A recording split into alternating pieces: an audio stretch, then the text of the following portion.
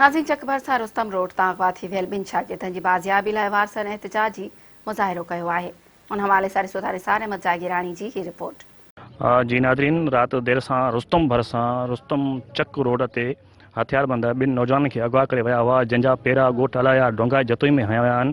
उन हवाले सां उन्हनि जा हिते वारस बीठा आहिनि, उन्हनि सां ॻाल्हि ॿोल कंदासीं त उन्हनि जो वधीक छा चवणु आहे। त इहो वाक़िओ थियो आहे, इहो सरासर ज़ुल्म आहे।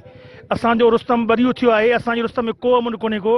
हे मासूम ॿार आहिनि जेके स्कूल पढ़ंदड़ आहिनि ऐं उन्हनि जेके जेको अगवा कयो वियो आहे राति को ॾींहुं असांजो सूबेदार रुस्तम वारे खे सलाम जो नंबर हुन बंदि करे छॾियो आहे। जेको पशौंदा बि हेठि लथल आहे।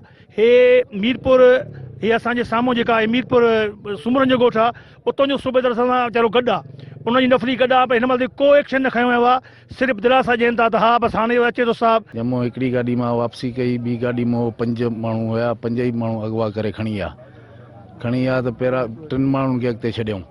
वरी पहिरां खणाया, सुबुह सां पहिरां घुराया, पुलिस बि साण हुई। पहिरां हेॾे वियासीं कर्नल हितां हिकिड़ा पेर छिगा, उहे उतां कचे में लही विया। ॿिया जेके पेर छिगा उहे पेराडुनि बि कया, कुता बि हुया।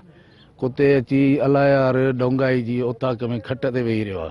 ज़ुल्म काथे बि न मिलंदो, जेको असां हाणे हिते ॾिसूं था। अवाम जेका तव्हां ॾिसो था, समूरी ॾिसो, उस में बीठी आहे बग़ैर कंहिं पाणी जे मानी जे। कुतो बीठो आहे, 2 कलाक थिया आहिनि, को अॼु ताईं DSP बि न लड़ी आयो आहे, न SP आयो आहे, सूबेदार बि परे जो रुस्तम जो न आहे हितां जो। त घटि में घटि असांजी एतिरी त मालकी कई वञे।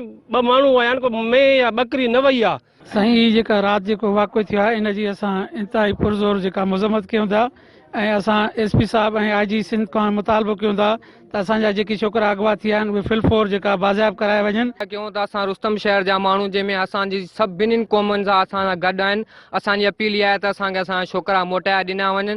जेके कचे जे परे पासे ते तक़रीबन 2 महीने 3 महीने इहा कार्रवाई थींदी रहंदी आहे।